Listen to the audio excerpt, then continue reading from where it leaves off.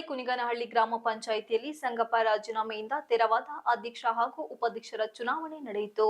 ಚುನಾವಣಾ ಪ್ರಕ್ರಿಯೆಯನ್ನು ತಹಶೀಲ್ದಾರ್ ಅರವಿಂದ್ ಚುನಾವಣೆಯ ಪ್ರಕ್ರಿಯೆ ನೆರವೇರಿಸಿ ನೂತನ ಅಧ್ಯಕ್ಷರಾಗಿ ಪ್ರಕಾಶ್ ಹಾಗೂ ಉಪಾಧ್ಯಕ್ಷರಾಗಿ ಶಶಿಕಲಾ ಆಯ್ಕೆ ಆಗಿರುವುದಾಗಿ ತಿಳಿಸಿದರು.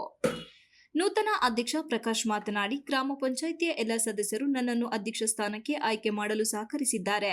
ಈ ಸಂದರ್ಭದಲ್ಲಿ ನನ್ನನ್ನು ಗ್ರಾಮ ಪಂಚಾಯಿತಿ ಅಧ್ಯಕ್ಷನಾಗಿ ಆಯ್ಕೆ ಮಾಡಿದ ಎಲ್ಲ ಸದಸ್ಯರುಗಳಿಗೂ ಅಭಿನಂದನೆ ಸಲ್ಲಿಸುತ್ತಾ, ಇಂದು ನನ್ನನ್ನು ಅಧ್ಯಕ್ಷೆಯಾಗಿ ಆಯ್ಕೆ ಮಾಡಲು ಪ್ರತ್ಯಕ್ಷವಾಗಿ ಹಾಗೂ ಪರೋಕ್ಷವಾಗಿ ಸಹಕರಿಸಿದ ಎಲ್ಲ ಮುಖಂಡರಿಗೂ ಹಾಗೂ ಹಿರಿಯರಿಗೂ ಹೃದಯಪೂರ್ವಕ ಧನ್ಯವಾದಗಳನ್ನು ಅರ್ಪಿಸಿ, ಪಂಚಾಯಿತಿ ಈ ಹಿಂದೆ ಇದ್ದ ಅಧ್ಯಕ್ಷರಿಗೆ ಹೇಗೆ ಸಹಕಾರ ನೀಡಿದ್ದರೋ ನನಗೂ ಕೂಡ ನಿಮ್ಮೆಲ್ಲರ ಸಹಕಾರ ನೀಡಿ ಪಂಚಾಯಿತಿ ಅಭಿವೃದ್ಧಿಗೆ ಶ್ರಮಿಸಿ ಪಂಚಾಯಿತಿ ವ್ಯಾಪ್ತಿಯ ಮೂಲಭೂತ ಸೌಲಭ್ಯಗಳನ್ನು ಕಲ್ಪಿಸುವಲ್ಲಿ ಕಾರ್ಯನಿರ್ವಹಿಸುತ್ತೇನೆ ಮತ್ತು ಗ್ರಾಮ ಪಂಚಾಯಿತಿ ಅಭಿವೃದ್ಧಿಗೆ ಪಕ್ಷಭೇದ ಮಾಡದೆ ಕೆಲಸ ಮಾಡುತ್ತೇನೆ ಎಂದು ತಿಳಿಸಿದರು.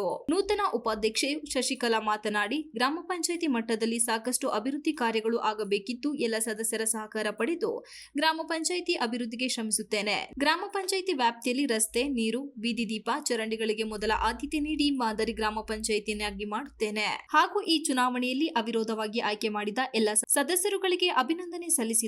ಬಿಜೆಪಿ ಯುವ ಮುಖಂಡ ಕಟ್ಟೆಗದ್ದೆ ನಾಗರಾಜ್ ನೂತನವಾಗಿ ಆಯ್ಕೆಯಾದ ಅಧ್ಯಕ್ಷರು ಉಪಾಧ್ಯಕ್ಷರಿಗೆ ಶುಭ ಹಾರೈಸಿ ಅಭಿನಂದಿಸಿದರು.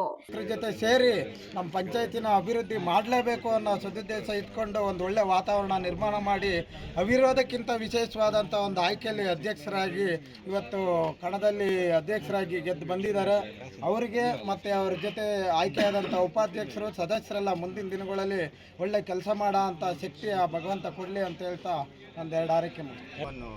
ಸಿಮೆಂಟ್ ಮಂಜಣ್ಣವರು ಇವತ್ತು ಅನಿವಾರ್ಯ ಕಾರಣ ಅವ್ರದ್ದು ಅಧಿವೇಶನ ಇರೋ ಕಾರಣದಿಂದ ಅವರು ಬಂದಿಲ್ಲ. ಅವ್ರ ಮಾರ್ಗದರ್ಶನದಲ್ಲಿ ಮುಂದಿನ ದಿನಗಳಲ್ಲಿ ತುಂಬ ಒಳ್ಳೆಯ ಕೆಲಸ ಮಾಡೋ ಅವಕಾಶಗಳಿದ್ದಾವೆ. ಮಾಡ್ತೀನಿ ಅನ್ನೋದು ಭರವಸೆಯೂ ಇದೆ. ಅದೇ ರೀತಿ ಮಾಡ್ತೀವಿ. ಗ್ರಾಮ ಪಂಚಾಯತಿ ಏನಿದೆ ನಮ್ಮ ಅಭಿವೃದ್ಧಿ, ನಮ್ಮ ಕುನಿಗನಹಳ್ಳಿ ಗ್ರಾಮ ಪಂಚಾಯತಿನ ಅಭಿವೃದ್ಧಿನ ಮಾಡಬೇಕು ಅಂತ ನಾನು ಪಣ ತೊಡ್ತೀನಿ. ಮುಂದಿನ ದಿನಗಳಲ್ಲಿ ಒಳ್ಳೆಯ ಅಭಿವೃದ್ಧಿ ಮಾಡಬೇಕು ಅಂತ ನಾನು ಅಭಿಪ್ರಾಯ ಮಾಡಿದ್ದೀನಿ.